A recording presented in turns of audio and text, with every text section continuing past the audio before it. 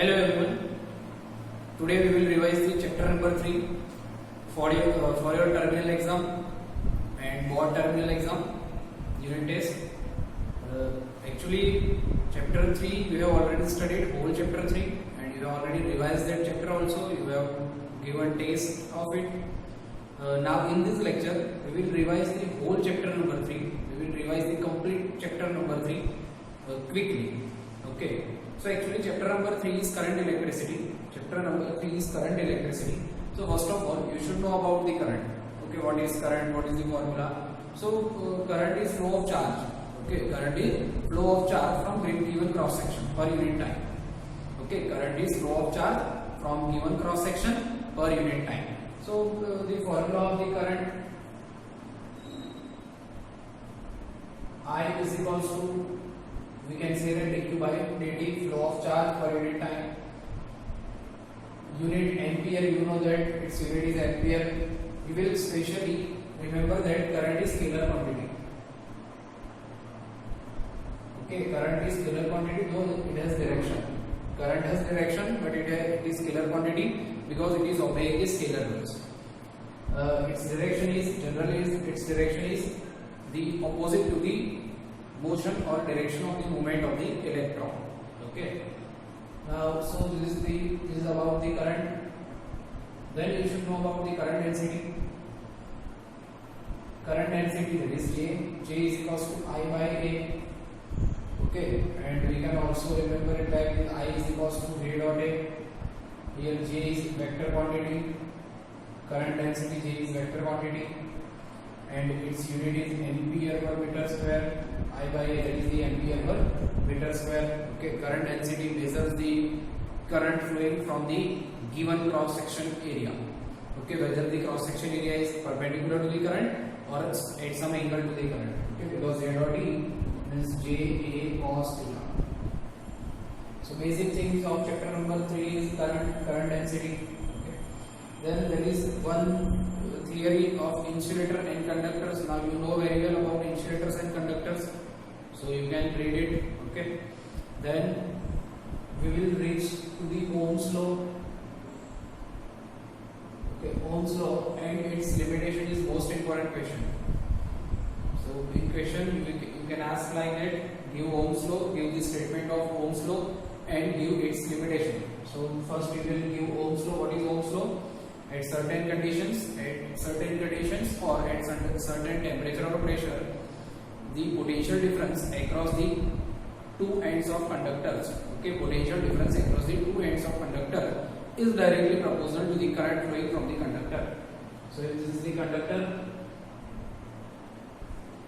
at this end potential is V, at this end potential is 0, current flowing from the conductor is I. Then we can say that potential difference across the end of the conductors at some certain condition, at some physical certain condition, or at some certain temperature and pressure. Why we keep some certain temperature and pressure? Because if temperature changes, then this conductor will change its properties of resistance. Okay, so at certain temperature and pressure or at some certain physical conditions, potential difference across the two conductors V, that is proportional to I. So from this Ohm's law we have also derived the resistance. Okay, that is constant, proportionality constant, that is the resistance. Okay, and so resistance R is equals to, we can say that V upon I. Its unit is volt per ampere, that is Ohm. Now resistance is depending on, that is most important. Another formula of resistance is rho L by A. Okay, suppose we want to find the resistance of any conductor. Then we will use this formula R is equals to rho L by A. Based on this formula, we can say that resistance is depending on. Based on this formula, we can say that resistance is depending on length, area, that means dimension. Length and area, that means dimension. Rho is resistivity. Resistivity is the property of material. So actually resistance is depending on material, dimension, temperature and pressure. Okay. Remember, for 1 mark, it is important question. Resistance is depending on material, dimension, temperature and pressure. Okay, you should also know the dimension of the resistance. Okay, then same as resistance, there is conductance.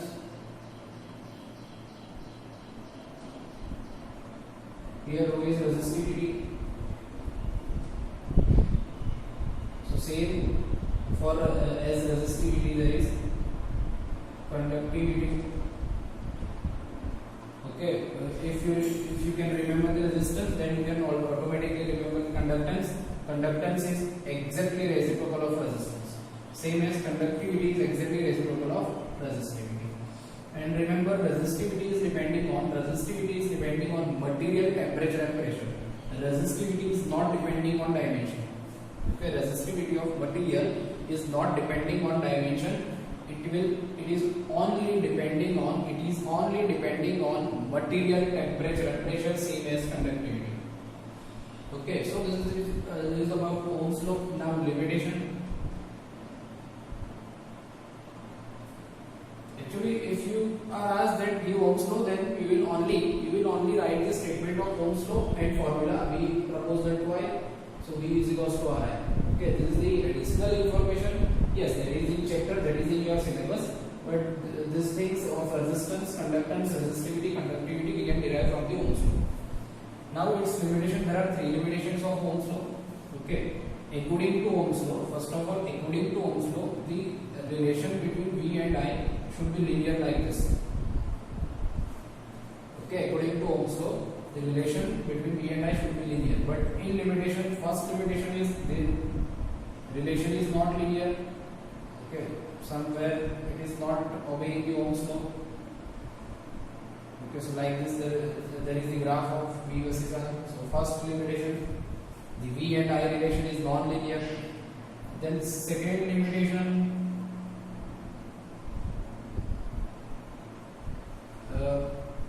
when we are changing the sign of voltage, suppose here there is 2 volt, suppose here there is minus 2 volt, then here there is 2 volt, here there is minus 2 volt. Suppose at 2 volt we are getting the 5 milliampere current, then at minus 2 volt we are not getting the minus 5 milliampere current, somewhere we are getting the 2 microampere current. Okay, so it is like that. When the potential or when the voltage changes its sign, current's value is not remaining same, current's value is also changing. So in short, for positive potential, current is in order of milliampere, for negative potential, current is in order of microampere. So there is the second limitation. Third limitation is V and I relation is not unique. Okay, V and I relation is not unique. Suppose this is I, suppose V. So we can say that for the one value of I, we can get 2 values of voltage. For only one value of I, we can get 2 values of voltage. Okay, so that is not possible according to Ohm's law. So this is the limitation of Ohm's law.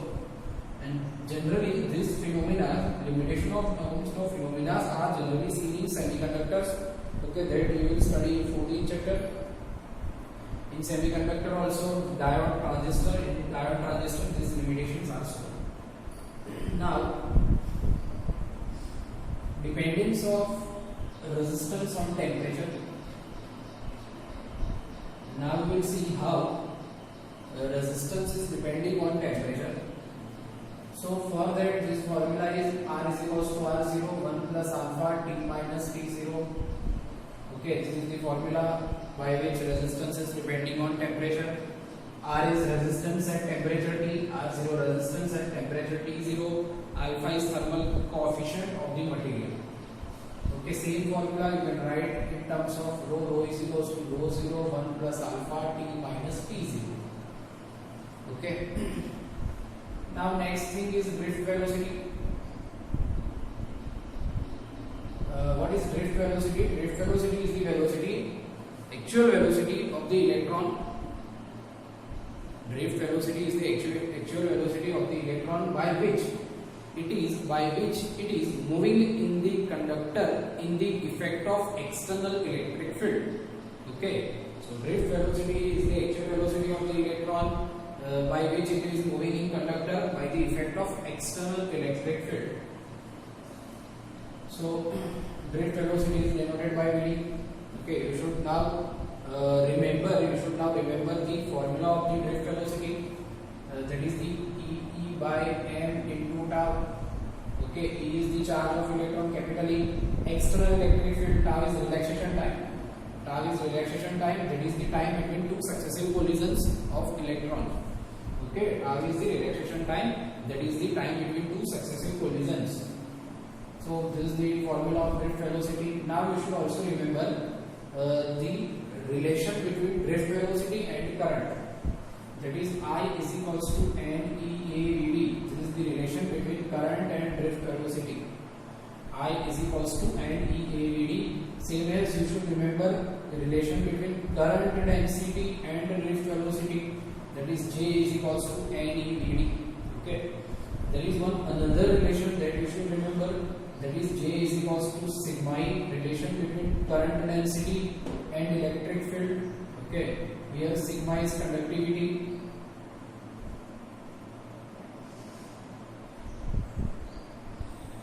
Okay, you can ask to derive this formula. In theory, you can ask to derive this formula in 3 marks or 4 marks. Okay, the relation between current and drift velocity, or the relation between current density and drift velocity. From this formula, you can ask the competitive exam MCQs or 1 mark question. Okay, J is current density and E is electric field, sigma is conductivity. So this is the about drift velocity. Now there is one small thing, that is mobility.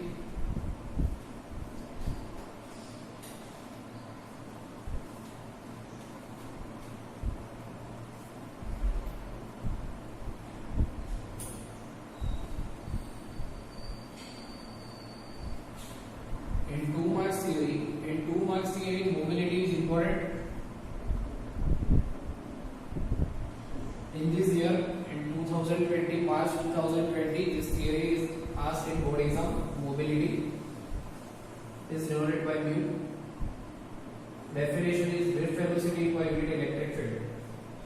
Definition of mobility is drift velocity per unit electric field. We can derive its unit. Okay. We can also derive its dimension. We can also derive its another formula by placing the formula of drift velocity. So this is the mobility. You will also write about mobile charges in mobility. Okay, you will write about mobile charges also in mobility. Now there is one topic, that is the carbon resistance. Okay, but now that topic is actually skipped from the CBSE. Yes, that is not sure whether it will be skipped from the GSEB or not, but it is so much easy, we are not revising it. Now there is one another thing that can be asked in 1 mark, that is for conductor,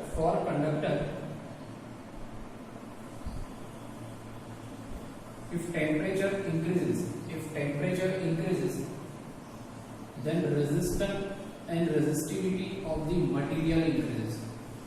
Okay, if temperature increases, then resistance and resistivity of the material increases. But for semiconductor, if temperature increases, then resistance and resistivity decreases. Okay, result you will study in chapter number 14. But here you will only remember that for semiconductor, if temperature increases, then resistance and resistivity decreases. Then to make the wire bound resistance, such type of materials are used whose resistance is not changing so much, with change in temperature. Okay, so that type of materials are used to make the wire bound resistance. Okay, that are mostly nichrome, okay, manganese, that types of alico. So this type of materials are used to make the wire bound resistance. You can ask this question in 1 mark. Then there is the theory of resistance in series and parallel connection. Okay, resistance in series and parallel connection. So simply you can remember that theory. that if the current flowing from each resistance, if current flowing from each resistance is same, then it is called in series connection. And if current flowing from the resistance, is different, it is dividing, it is parting, then it is called in parallel connection. Okay, in series connection, potential difference across the resistance is different, whereas in parallel connection, potential difference across the resistance is same, and that is same of battery. So you will revise the series connection and parallel connection, okay, of resistance. So in series connection, equivalent resistance is R1 plus R2 plus up to resistance. In parallel connection, the formula is 1 upon R equivalent is equals to 1 upon R1 plus 1 upon R2 plus up to infinite. Now, remember that in series connection, the formula of the power,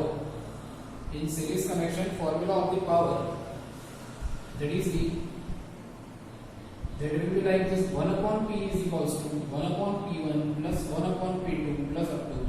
But in parallel connection, formula of power is P is equals to P1 plus P2 plus up to. Okay. Now here there is power, electric power. So you should know also the formula of electric power. So see, electric power, formula of electric power. Every electric device has some resistance. So to function or to work, to get the function of the electric device, we must give electric power to that electric device, okay, against that resistance. So suppose there is one electric device, let is the one electric device whose resistance is R, and suppose it is connected to the battery of potential V, okay, and current is flowing I from the circuit. Then you can say that here the electric power consumed in this electric device, P is equals to VI, or P is equals to V square by R, or P is equals to I square R. Okay, we can use any formula among these three formula for the electric power. You should also know the rating. Okay, power rating, that is another thing. Power rating is given of every electric device that we are purchasing from market. Okay, on it is written. So rating is written in two terms: voltage also and power also. So this series parallel connection of resistance, electric power. Now cells in series connection. Cells in series connection. Cells in series. So if cells are in series, then equivalent EMF is equals to epsilon 1 plus epsilon 2 plus up to. Okay, if cells are in parallel, then formula, you will actually remember this formula. Epsilon eq upon R equivalent is equals to epsilon 1 upon R1 plus epsilon 2 upon R2 plus epsilon 3 upon R. Okay, you can remember this formula. From this formula you can find out equivalent EMF as well as equivalent resistance of the parallel connection of the cell. Okay. Then you should know the relation between terminal voltage and EMF.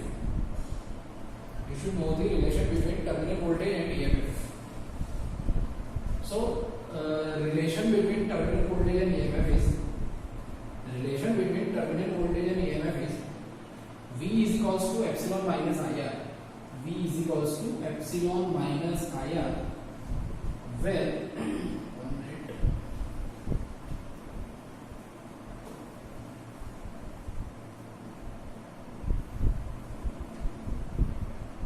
is equals to epsilon minus IR, where V is terminal voltage and epsilon is EMF.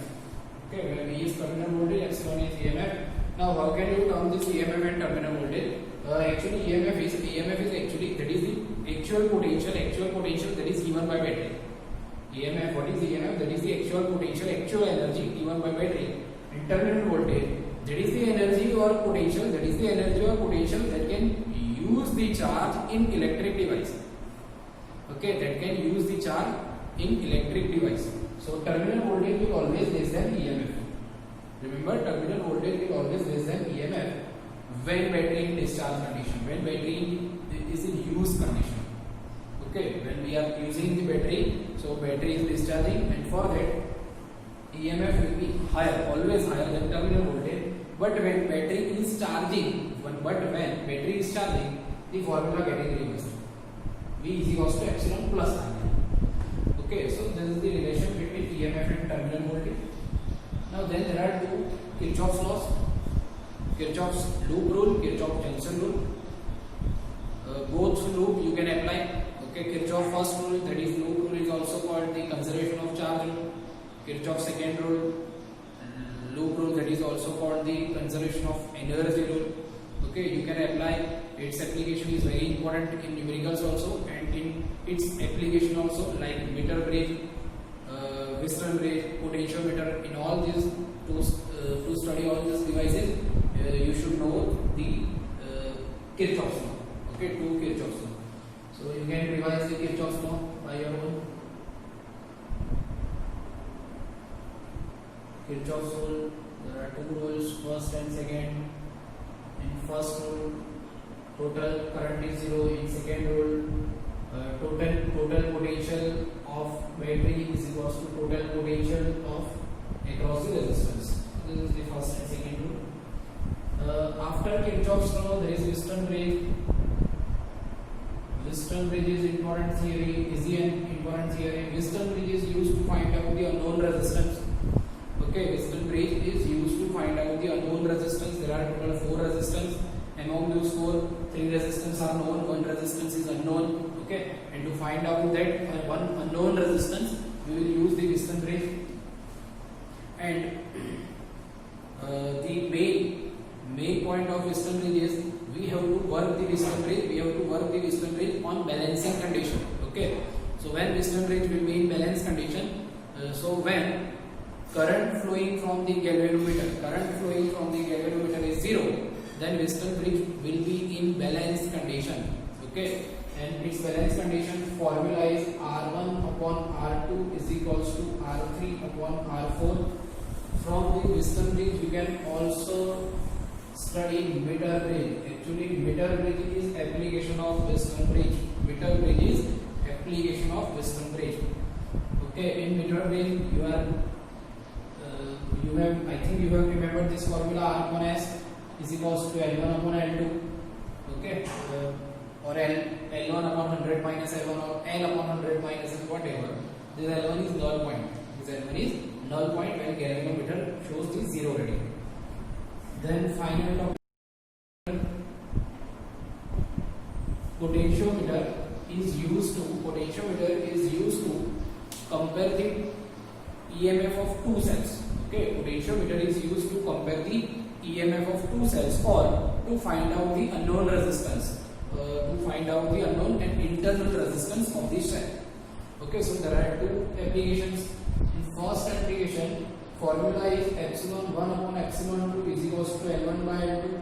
And if you want to remember, if you want to prepare the theory of potentiometer, then first you will prepare the principle of potentiometer about the potential gradient. Okay, then you will study the potentiometer.